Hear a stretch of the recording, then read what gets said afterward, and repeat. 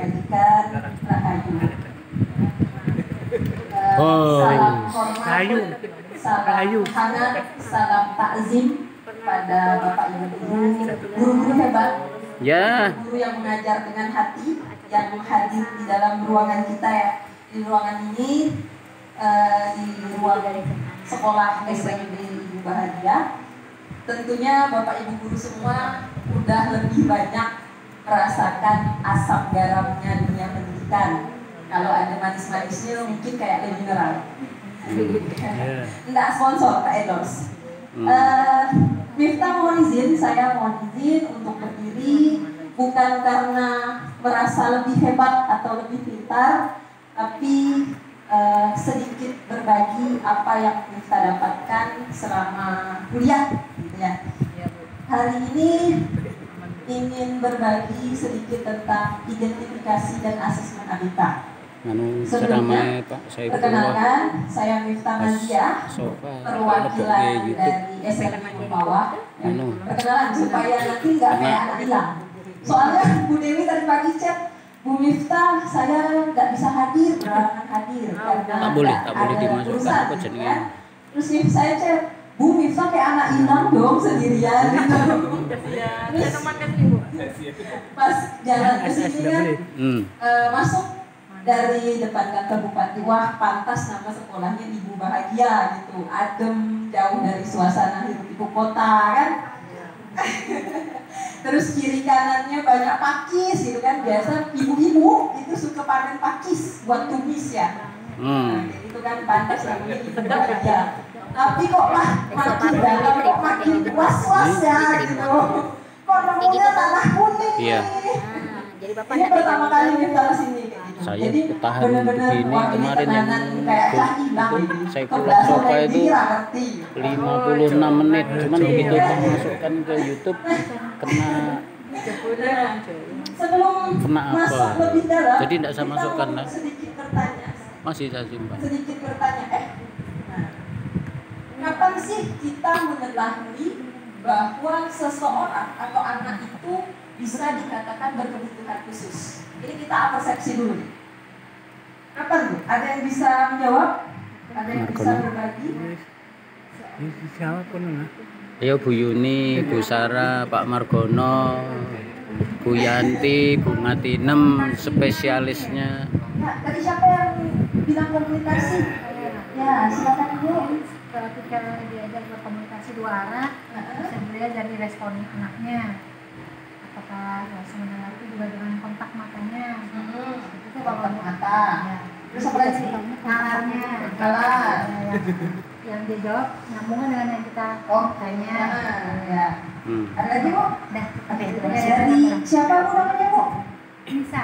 Ibu Nisa dari Rasa Jaya ya? Iya, Rasa Jaya. Nah, tepuk tangan untuk Bu Nisa. Bu Nisa, terima kasih. Nah benar, ketika seseorang atau seorang mancing anak ya bisa dikatakan dia memiliki atau berkebutuhan khusus ketika tadi ada tahapan-tahapan perkembangan yang tidak sesuai. Seperti itu. Misalnya di usia 9 tahun, mungkin ini ibu-ibu mama yang lebih paham ya, 9 bulan gitu. Anak itu udah bisa apa? Mungkin udah ada yang bisa membabel, mama, papa, atau sudah ada yang bisa duduk, sudah berjalan kayak gitu kan. Nah, tapi ternyata si anak tidak seperti itu tahapan berkembangnya. Loh, kok anakku telat nih? Kok anakku telat? Ini yang dinamakan identifikasi. Kalau zamannya Mas Seri sama Mas Karti, waktu kecil 9 bulan itu ngomongnya udah mimi. Identifikasi atau deteksi dini itu nanti sebagai penyaringan langkah awal dari kalau kita ibarat di kelas, kalau kita di SMP mungkin sudah jelas anak yang datang pasti anak dengan hambatan khusus gitu ya, kebutuhan khusus. Tapi kalau di sekolah inklusi atau di sekolah reguler pada umumnya, misalnya di kelas ada 25 orang nih, kok dari 25 orang ini ada 1-2 anak yang dia ternyata perkembangan bahasanya atau kemampuan dia membaca tidak sampai pada teman-teman pada umumnya. Nah, sebagai seorang guru, kita mulai melakukan penjaringan observasi. Kita lihat, loh kok anak ini tidak mampu seperti ini ya, tapi dia bisa pada matematika misalnya, bisa menyesuaikan dengan warna, bisa menyesuaikan dengan bentuk benda besar kecil kayak gitu kan. Nah, itu dinamakan deteksi dini atau identifikasi. Secara bahasa sederhananya penjaringan. Jadi dari sekian banyak dijaring itu. Oh, satu ini ketemu nih, satu ini ketemu, ternyata dia memiliki keterbatasan. Nah, selanjutnya dari identifikasi ini, nah, itu tadi penjaringan, menemukan kenali awalnya, gitu kan? Nah, identifikasi ini dia bukan mendiagnosis, tapi identifikasi ini hanya sebagai langkah awal untuk mengarahkan si anak ke tahapan lanjutnya. Kok serius banget ya? Kuliah. Makin deg-degan. Nah, gimana sih kita bisa tahu anak ini bisa terindikasi atau tidak? Tadi kan bahwa kontak matanya nggak ada, terus bahasanya, terus perilaku agresif. Berarti dari situ kita harus mempelajari yang dasarnya dulu. Apa itu dasarnya? Memahami karakteristik perkembangan anak. Misalnya si anak mengalami keterlambatan perkembangan dalam berbicara, dalam berjalan, dalam misalnya apalagi ya, aktivitas sehari-hari, memegang, motorik kasar atau segala macamnya. Sensorinya, dia nggak mau makan, GTM dan sebagainya. Ini biasanya mama-mama kader posyandu yang tahu nih. Karena nanti berkaitan dengan booking kalau anak imunisasi. Ada Denver kan yang kayak diagram naik warna hijau, nah itu deteksi dini. Itu nanti kaitannya dengan itu. Maka yang bisa melakukan identifikasi ini pertama orang tua, karena paling dekat sama si anak. Kedua, kalau dia sudah usia sekolah, berarti guru-gurunya di kelas. Ketiga, tadi kader posyandu atau kita sebagai masyarakat di sekitarnya yang mungkin sebagai guru-guru di sekolah luar biasa sudah punya pandangan. Kalau saya secara pribadi sama teman-teman yang dari PNB, kita kadang lagi nongkrong gitu di luar kan, lihat biasa mama-mama bawa anaknya gitu. Ya. Si anak cuma dikasih HP terus pas HP itu zaman sekarang sama mamanya, si anak mulai tantrum berlebih, mulai ngamuk. Wah, ini ada gejala stimming kayak gitu, dia kecemasan. Ada gejala untuk mungkin dia bisa diindikasikan bukan menjudgment atau mendiagnosis dia autis gitu, tapi mengarah pada karakteristik autis seperti itu. Nah, tadi yang catatan pentingnya adalah harus tahu karakteristik anak, karakteristik perkembangan. Selain itu misal komunikasi tadi kan, ini berkaitan dengan interaksi sosialnya sama lingkungan, rantum berlebih atau dia mudah terganggu fokusnya, mudah terdistraksi pada sesuatu. Misal lagi ngapain, ada yang lewat dia bisa langsung noleh gitu. Tapi pada anak umumnya ini masih bisa dianggap normal kalau dia tidak berlebihan. Karena kalau anak-anak SD itu waktu Miftah masih SD gitu kan, Miftah lihat pesawat lewat tuh langsung udah jadi wih pesawat gitu kan, langsung kunci pesawat gitu biasanya. Kampungan lah. Zaman SD.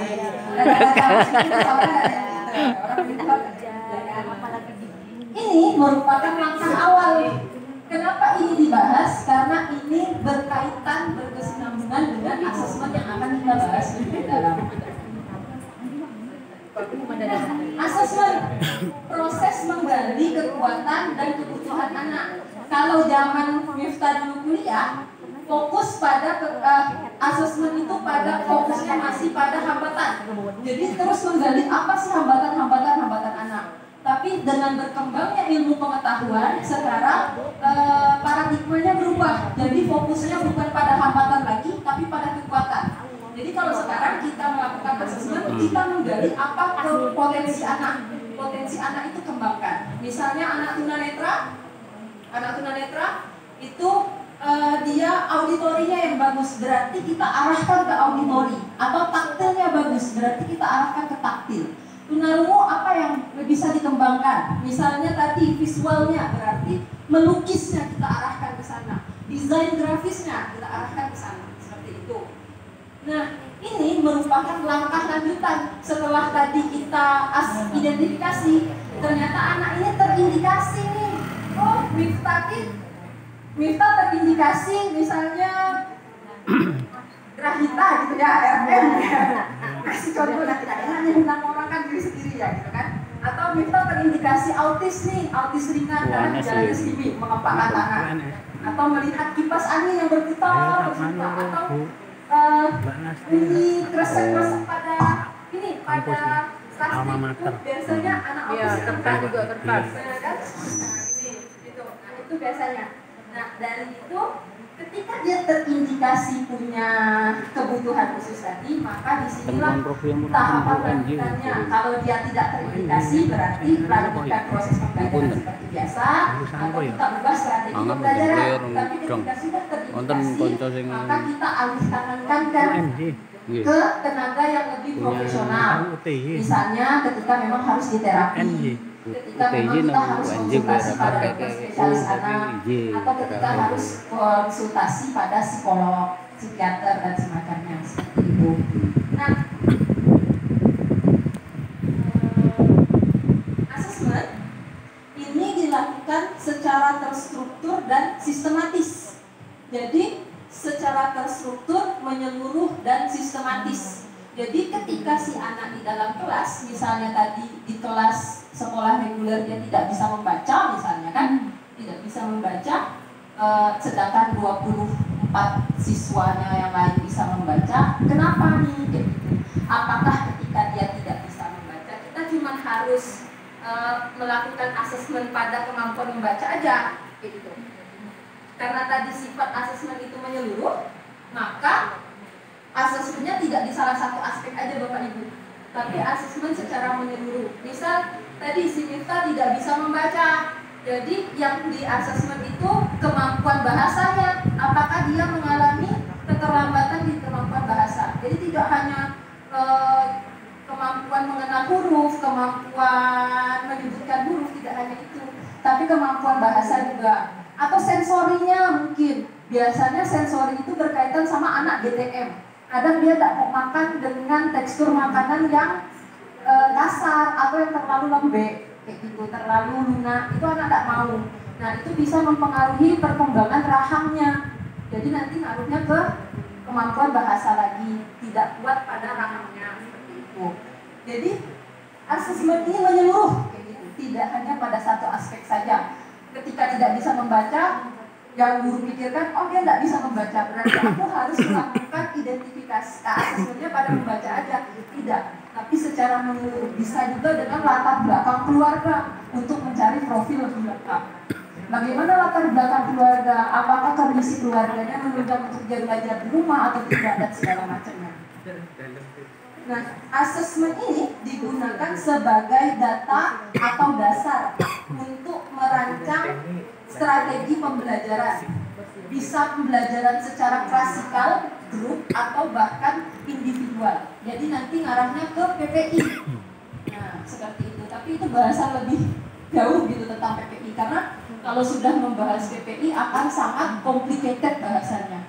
Harus ada tim, harus ada tenaga profesionalnya, harus ada instrumen yang lebih kompleks lagi kayak gitu.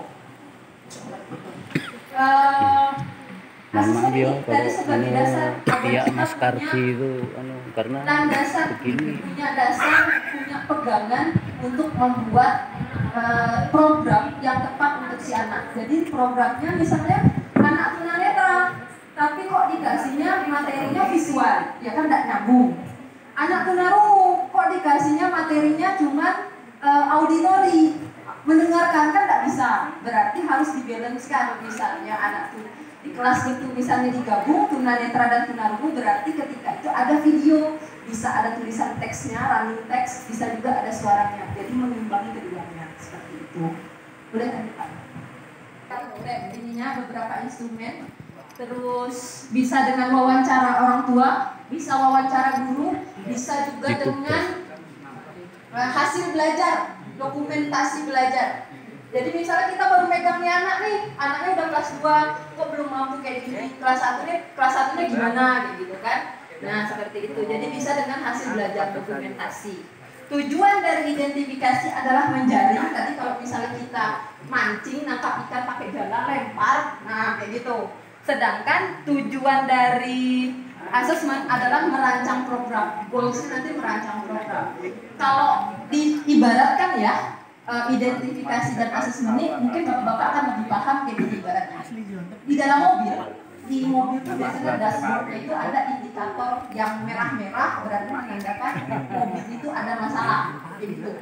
Atau motor sekarang itu biasa kalau akinya mau habis, akinya merah-merah kecil ya pak ya, kan gitu. Nah itu ibaratnya tadi kita kenali motor kita, starternya kok nggak nyala-nyala nih, itulah fungsi asesmen lebih mendalam. Jadi tenaga profesional kayak gitu. Nanti dari si bapak bengkel itu tadi tahu kayak gitu. Oh mas, masalahnya akinya soak, akinya harus diganti nih, nggak bisa dicas karena akinya aki kering misalnya gitu kan. Akinya kering gitu kan, harus diganti. Atau apa, olinya habis gitu kan, olinya kering gitu. Nah, nanti cara memperbaiki dan alat yang diganti itu namanya program. Jadi kalau kita bisa coret-coret, sukanya coret-coret. Jadi nanti seperti itu alurnya. Dari kita identifikasi motor saya nggak bisa nyala nih, gitu kan? Atau motornya kempes deh, paling gampang kempes. Kok stangnya berat nih, kempes gitu kan? Kita bawa ke bengkel. Apakah harus ganti ban? Atau bisa ditambal aja. Nah itu yang dinamakan asesmennya. Kayak gitu. Boleh lanjut Pak? Ini prinsip asesmen. Ini prinsip-prinsip asesmen ya. Yang pertama holistik, menyeluruh tadi. Tidak hanya pada satu aspek ketika si anak tidak mampu membaca. Ternyata yang di asesmen bukan hanya satu bidang saja atau satu aspek saja, tapi secara keseluruhan. Dari sensori motoriknya, dari sosial emosionalnya, dari background keluarganya, dari background kesehatan selama ibu mengandung, seperti itu. Jadi ini menyeluruh kayak gitu. Yang kedua individualis. Individualis itu perlu digarisbawahi bahwa setiap anak itu unik. Jangan setiap anak berkebutuhan khusus, setiap kita yang di ruangan ini aja unik, gitu kan? Ada yang petakilan, gitu kan? Ada yang pendiam, mulai dari sarungnya, ada juga yang always ngegas, gitu kan? Dikit-dikit ngegas, gitu kan? Jadi setiap individu itu berbeda, unik, dan di dalamnya tidak boleh ada diskriminasi. Jadi jangan mentang-mentang dari 25 anak itu satu tidak bisa baca. Jadi setiap pembelajaran bahasa Indonesia atau yang melibatkan kemampuan membaca dia dikesampingkan. Tidak boleh kayak gitu. Itu. Kita punya salah satu sekolah ya. Ini kemarin punya salah satu contoh sekolah. Gitu. Kemarin lagi sarapan makan bubur di bawah gitu kan. Kantinnya itu di kantin TK. Jadi sambil ngobrol-ngobrol sama yang ada pengunjung di kantin itu ngomong, Mbak, Kak katanya gitu kan, Bu, gitu. Bu, ngajar di situ tuh Bu, kok mau ngajar di sekolah orang gila, gitu kan. Jadi stigma di Mempawah masih seperti itu ya Bapak Ibu, sekolah orang gila. Nah, karena kalau udah itu upacara, anak autis tuh ada yang sampai dikurung di dalam pos satpam supaya dia tidak teriak-teriak kedengaran atau dia tidak keluar berlarian kemana-mana gitu. Itu.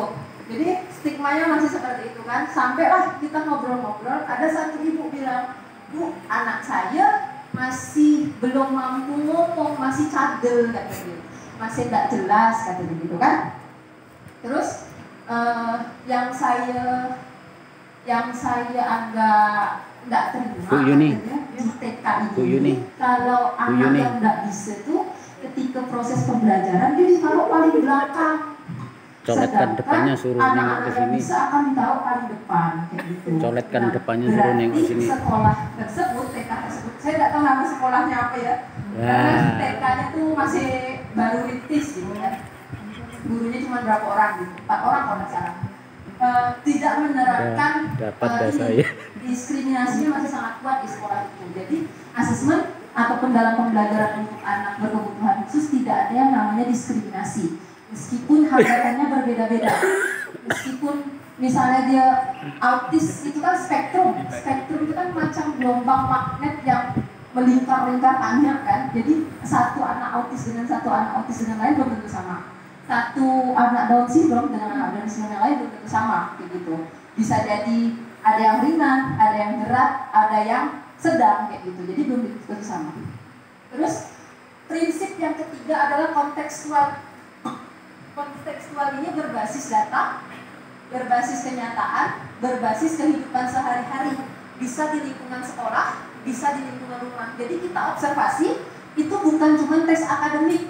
Nih, kerjakan soal matematika, menghitung misalnya. Kerjakan nomor 1 sampai 5. Tidak hanya seperti itu. Tapi dengan observasi tadi, kita melihat bagaimana proses dia bermain di kelas. Seperti itu. Kita melihat proses dia berinteraksi dengan temannya. Lalu ketika kita tidak mampu melakukan proses itu di lingkungan luar sekolah, bisa minta tolong orang tuanya.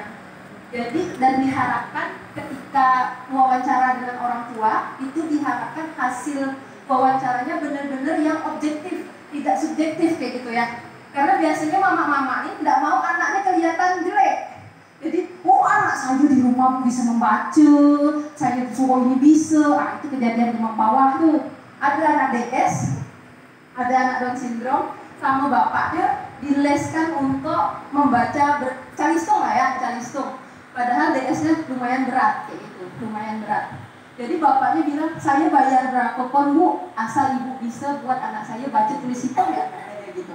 Padahal anaknya itu udah 12 tahun, itu udah terlambat ya bu ya, terlambat untuk golden age perkembangannya itu udah akan stagnan di situ. Kalau kita salah mohon lurusinnya. Pemahaman kita seperti itu. Jadi bapaknya itu bilang, saya akhirnya tanya sama bapaknya karena saya termasuk guru baru di Mempawah. Saya tanya sama bapaknya, anaknya bisa apa nih pak? Saya bilang kan, oh dia biasa ya bu, cuma belum bisa ngomong sampai bisa baca ya katanya. Jadi saya perhatikan karena saya tidak pegang si anak ini di kelasnya di belakang, di dekat. Kalau yang pernah ke Mempawah mungkin tahu ya, ruangan yang biasa kita gunakan untuk pertemuan itu kan ada ruang-ruang kecil. Nah anaknya di situ, sedangkan kelas Miftah yang jauh di ujung di depan, yang jauh di Mato di depan kan, jadi tidak tahu pembelajaran gimana. Akhirnya Miftah coba tanya sama ke guru kelasnya, bu, anak ini gimana? Gitu. Bapaknya tadi minta sama Miftah buat nuliskan, gitu kan? Kau Mit, ini keluar di bahasa ya. Kau Mit kata dia, biar kau sampai kau tantrum pun akan buka tuh hasil kata orang ibu tuh kata gitu kan. Kenapa pula aku?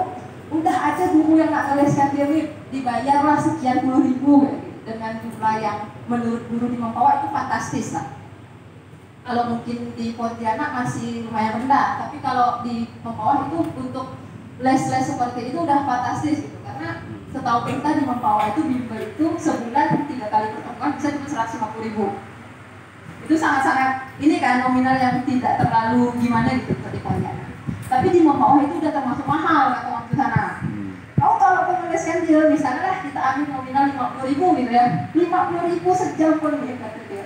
Tahu taruh dong ada dia kata ibu tuh. Jadi akhirnya mereka berpikir kan, loh tadi bapaknya bilang dia cuma tidak bisa ini, kok sama gurunya kayak gini gitu kan. Berarti tadi kalau omongan orang tuanya kita jadikan landasan untuk asesmen itu tidak akan dapat hasil valid kan, tidak akan objektif kayak gitu. Karena tadi itu melebih-lebihkan gitu. Bahkan ada yang bilang anak saya bisa ini. Nah, di garis bawahi dari awal kita melakukan wawancara, tolong yang benar-benar objektif. Apa yang terjadi di rumah? Anaknya masih lekaran main HP ke atau disuruh apa enggak mau ke terserah kayak gitu kan? Itu yang kita harapkan. Karena dari hasil ini tadi yang kontekstual tadi, jadi hasil dari yang video benar-benar ini kalau kita objektif tadi yang benar-benar itu jujur dapat itu yang akan menjadi landasan kita gitu. merancang program. Nggak Jadi ada kalau video hasilnya tidak objektif, tidak nah, real buka kayak gitu, materinya program yang akan PDF, kita buat ini udah mau tak awang-awang mampu. nih.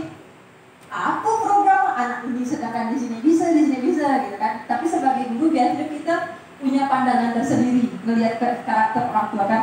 Oh, orang tua ini agak-agak menjadi catatan gitu. Berarti kondisi anaknya untuk hasil ini tidak bisa kita gunakan seperti itu. Terus yang keempat, maka sebentar ya. Laju benar soalnya. Yang keempat, kolaboratif dan berkelanjutan. Dari tadi hasil identifikasi, kalau si anak terjadi, yaitu anak terindikasi, berarti kita butuh rujukan, merujuk ke anak. Misalnya anak tadi, kita belum tahu kalau anak ini hambatannya apa. Dia cuma nggak bisa membaca, menulis, ataupun berhitung gitu kan. Atau dia masih nulisnya terbalik-balik. Sebagai guru yang mungkin tidak mengetahui harus seperti apa, kita bisa merujuk. Misalnya ke psikolog, kayak gitu, untuk mengetahui dirujuk. Nanti ini kaitannya dengan asesmen diagnostik. Jadi kurang lebih hampir sama dengan asesmen diagnostik sebelum pembelajaran, seperti itu. Nah, kolaboratif kita rujuk. Bisa kalau misalnya memang anak ini kok tidak patuh sama instruksi ya, gitu. Kita bisa kasih modifikasi perilaku. Kalau kita tidak tahu bagaimana caranya memodifikasi perilaku itu seperti apa atau asesmennya seperti apa, kita bisa minta tolong psikolog, kayak gitu. Bagaimana membuat memberikan apa sih bagian-bagian yang harus diasesmen ketika si anak ini harus mendapatkan modifikasi perilaku, kayak gitu. Apakah harus dengan terapi perilaku kah, behavior kah? Atau harus seperti apa. Nah, nanti akan ada rekomendasinya dan berkelanjutan. Jadi asesmen itu tidak hanya sekali Bapak Ibu, tapi asesmen itu berkelanjutan, proses yang akan muter-muter di situ terus. Nah, nanti ini akan kita bahas di slide selanjutnya. Oh, belum, ini masih jenis-jenis asesmen kan? Nah, jenis-jenis asesmen. Jadi asesmen itu tidak hanya pada catatan akademik calistung, tetapi juga sensori motorik, bahasa dan bicara, sosial emosional, kognitif dan akademik. Untuk sumber instrumen yang paling umum kami gunakan, yang kami gunakan itu dari Profesor Dr. Imam Yono. Itu dia sudah ada kisi-kisinya, sudah ada blueprintnya, sudah ada centang-centangnya. Tadi udah kita masukin ke Google Drive, nanti kalau mau diakses kita bisa kasih linknya. Dari Profesor Imam Yono itu ada penjelasan juga tentang karakteristik ABK-nya.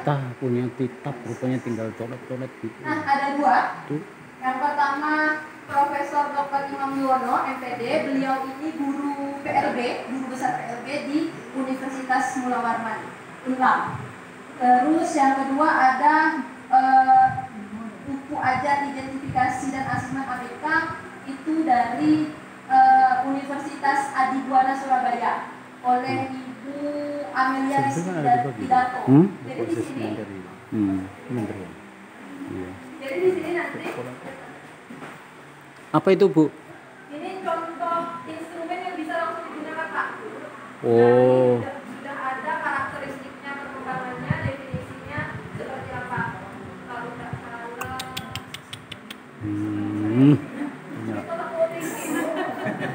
Besar apa? Kecil ya, kecil. Ada contoh di sini, ada contoh. Ada contoh. Slide selanjutnya Pak. Nah, ini contohnya. Nah, sudah ada blueprintnya, sudah ada item-item yang dapat di. Enggak apa-apa. Kok malah ke belakang? Biar kelihatan loh. Ini kameranya itu dari belakang, jadi sama masukkan.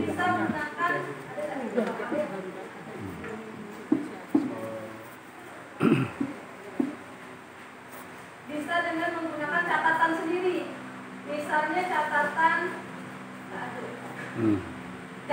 anak, misalnya Miftah pakai nama Miftah sendiri lah ya, Miftah gitu kan, kelas 1, perilakunya tidak ada yang menyimpang, misalnya gitu. Misalnya untuk bahasanya dia bisa komunikasi 2 arah, mengerti instruksi sederhana, terus kenapa nih anak masuk SMP gitu kan? Oh ternyata regulasi emosinya yang bermasalah. Tak kira suka Ketika dia menari. mengalami sesuatu yang dia tidak mampu kayak gitu. Suka menari dengan rok yang ngembang tuh. Nanti ada beberapa instrumen, sementara ada 6 instrumen.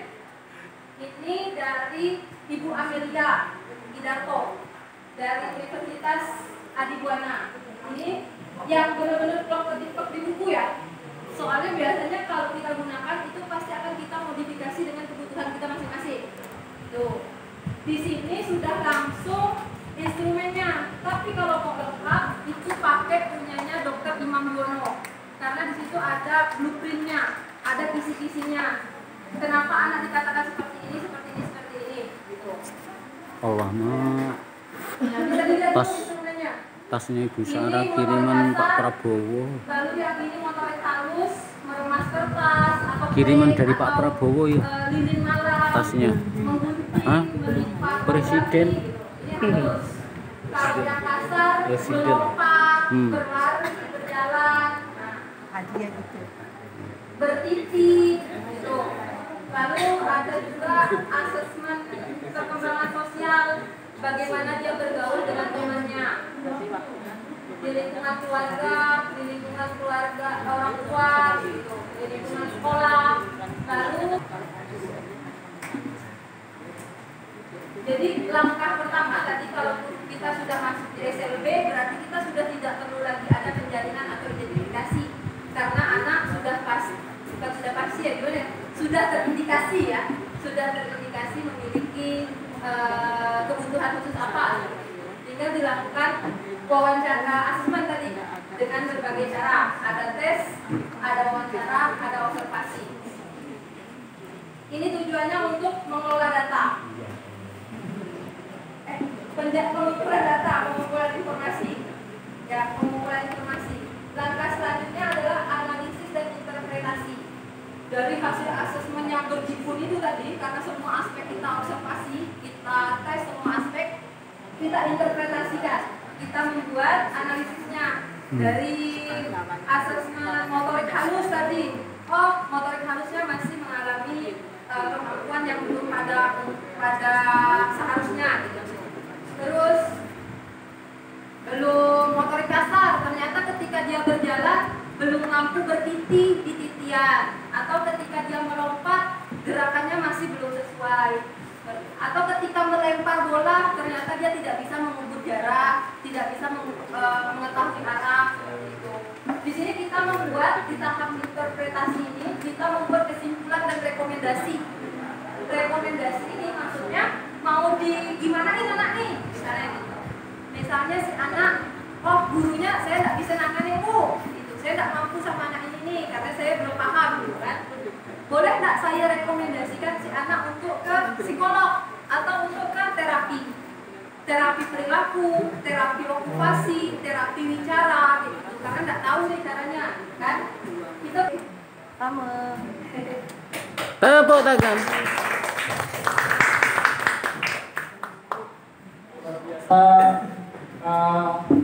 Materi dari Ibu Miftah semoga dapat kita implementasikan sama-sama. Mungkin dari Bapak Ibu ada keluh kesahnya tentang asesmen anak ABK, bisa dirembukan atau ditanyakan yang belum paham. Jadi Bapak Ibu dipersilakan.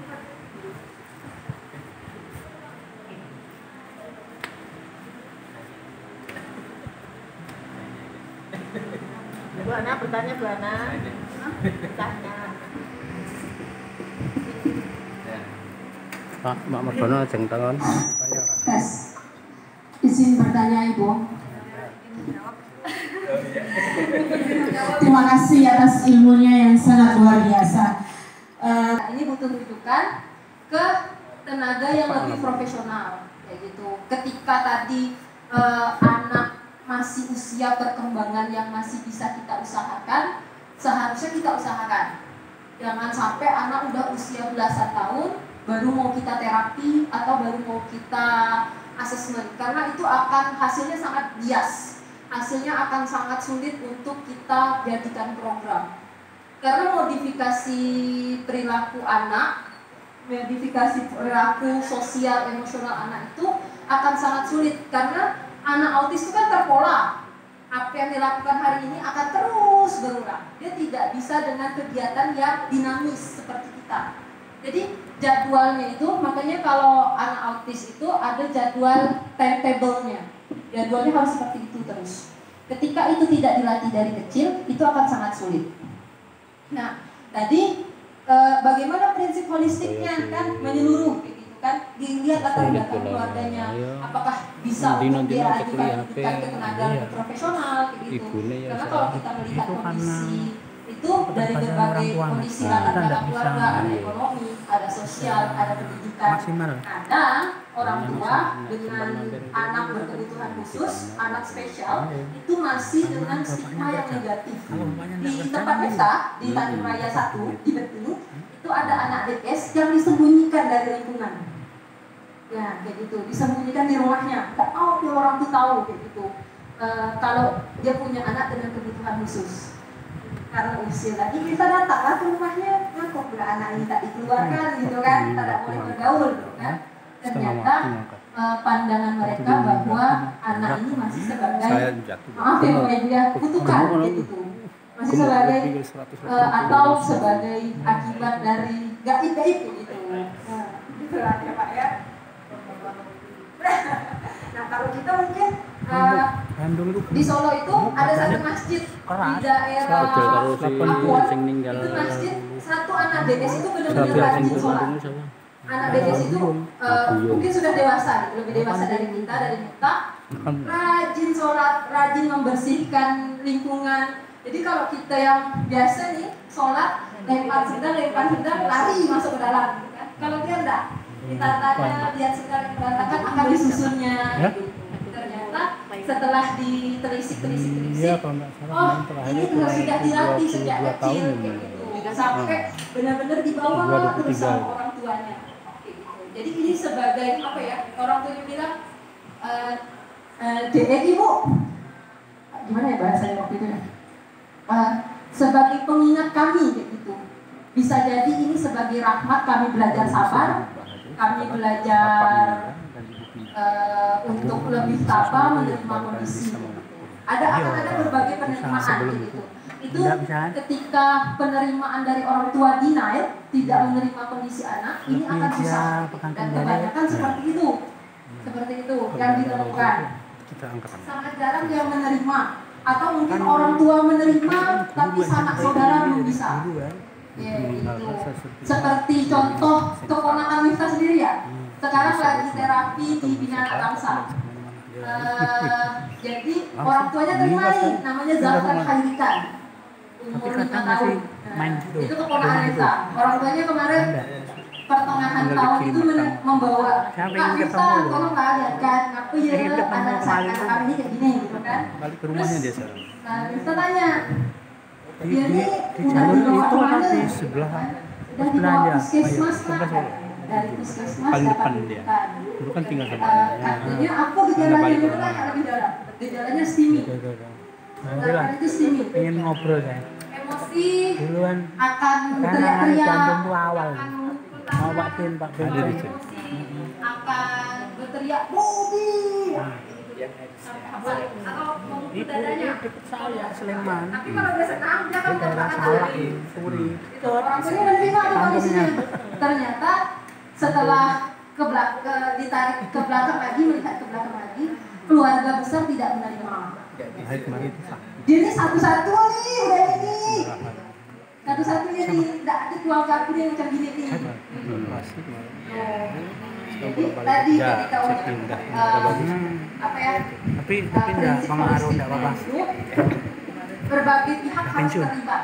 Dari orang tua, terutama penerimaan orang tua itu sangat berpengaruh pada perkembangan anak. Kedua, keluarga, karena keluarga itu nanti orang-orang terdekat si anak. Bagaimana penerimaannya? Apakah ketika acara keluarga si anak nih bisa diterima dengan layak kayak umumnya atau tidak? Ternyata ada diskriminasi, gitu kan? Terus holistik itu menyinggung. Kita buka catatan ya? Ya. Ngeblend. Holistik holistik itu menyeluruh, bukan hanya satu aspek. Ketika satu aspek tadi akademiknya bagus, berarti untuk menerapkan prinsip holistik kita melakukan asesmen pada aspek lainnya.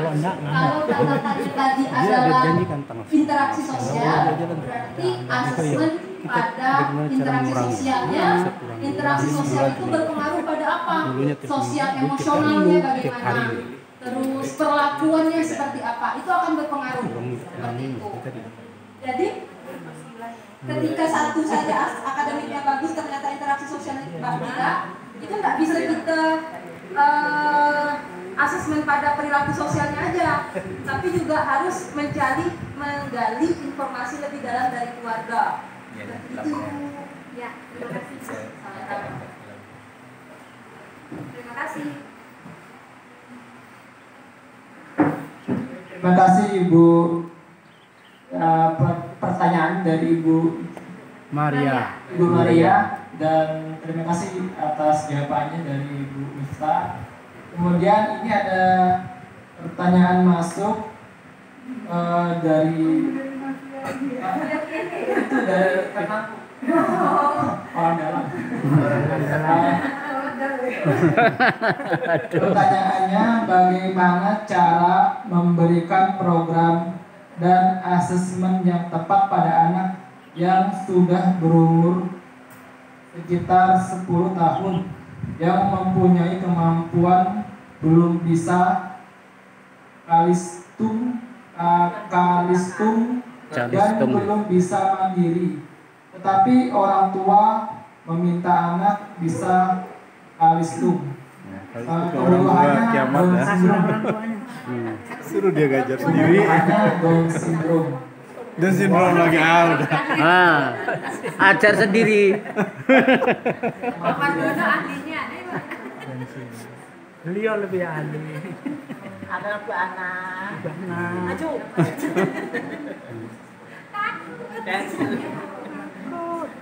Mas Bana. DS. Aku tak cocok.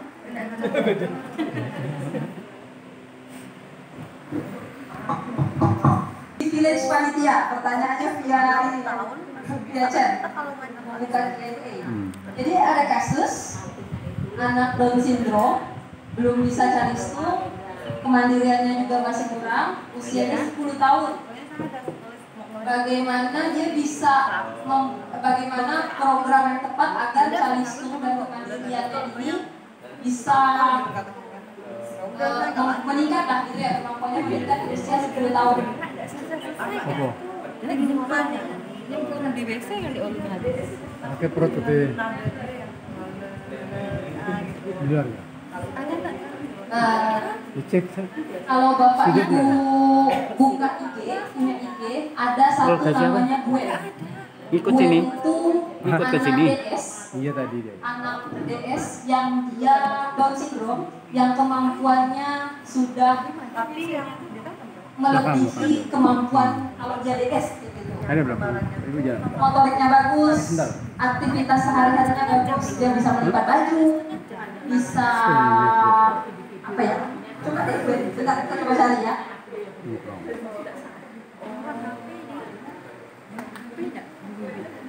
Yang saya tahu kemarin tuh yang atlet itu aja kan, yang renang kalau nggak salah terakhir yang masih agak isi itu. Tapi untuk calistungnya ya mungkin Tapi nggak usah terdekat ya. Saya belum pernah ketemu sih. Kalau yang veteran yang aktivitas itu. Olahraganya. udah laptop. Iya kan tablet. Nama IG-nya Diary Gwen. Diary Gwen, Down Syndrome Diary. Di sini. Jadi salah satu patokan untuk, bukan patokan ya, referensi, salah satu referensi untuk membuat program anak Down Syndrome. Dia bisa lomba piano, English, belajar bahasa Inggris, yoga, membuat brownies.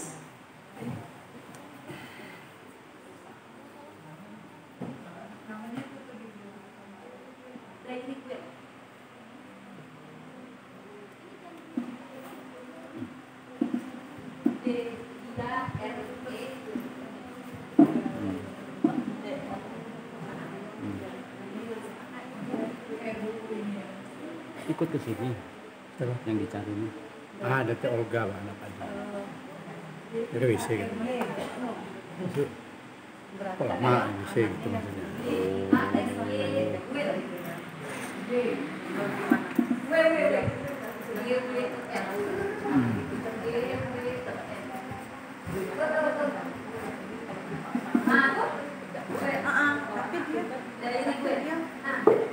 Ini salah satu referensi karena mama emaknya tapi dia belum kita bilang itu tahu.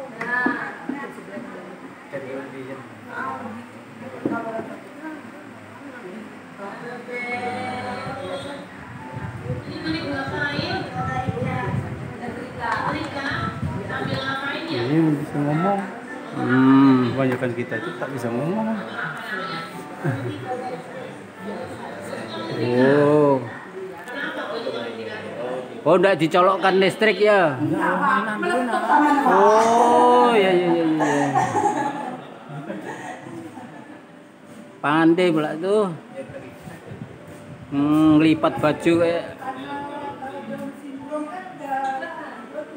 Untuk anak Down syndrome, ini keterampilan yang sangat susah kan? Saya aja malas gitu menyetrika ya.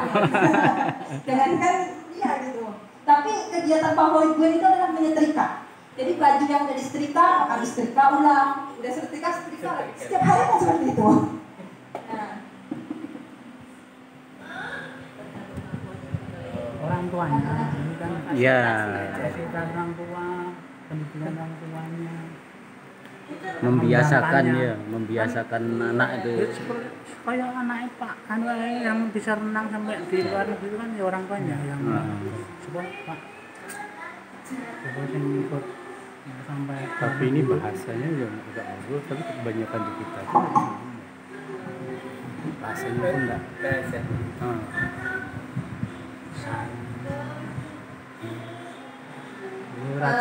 Beberapa kegiatan bisa kita jadikan untuk pembelajaran anak Down syndrome atau anak grahita seperti itu.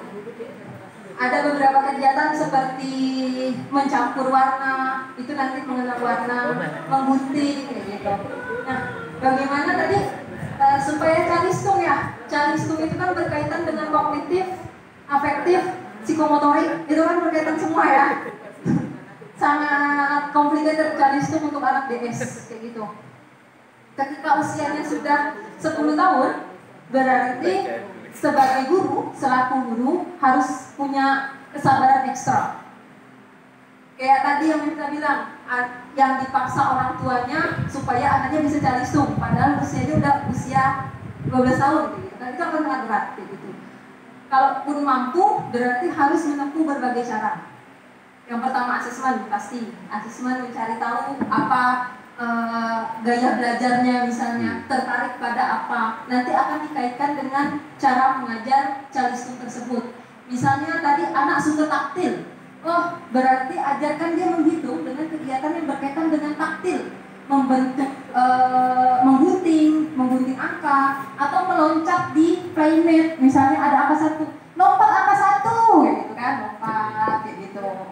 Terus anak suka menggambar, misalnya mencoret-coret, arahkan untuk coretannya itu ke mengenal huruf seperti itu, atau dengan benda-benda konkret tadi. Jadi akan sangat complicated bagian calistung. Tapi kalau untuk kemandirian bisa kita maksimalkan pada pembelajaran proksus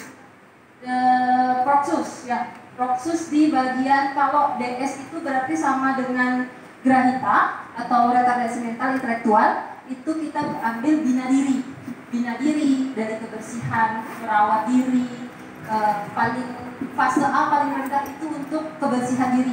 Di situ dulu, bagaimana toilet trainingnya, bagaimana dia kebersihan dirinya kayak gitu. Fase A paling rendah itu belajar pengenalan toilet, misalnya pengenalan toilet, lalu belajar mencuci tangan, belajar makan sendiri, mengenal alat makan dan minum, seperti itu. Jadi apa namanya? BSKP 032 ya yang terakhir. tahun 2024. Nah, itu bisa kita analisis untuk mendapatkan ATP-nya berkaitan dengan pembelajaran nanti. Nggak bisa nampilkan ATP, itu ada sih. Nanti kita coba masukkan ke dalam satu folder yang bisa diakses semuanya di Google Drive. Nanti kita share ke ini berarti ya Bu ya. Ya nanti seperti itu. Jadi di ATP itu ada tahapan-tahapannya.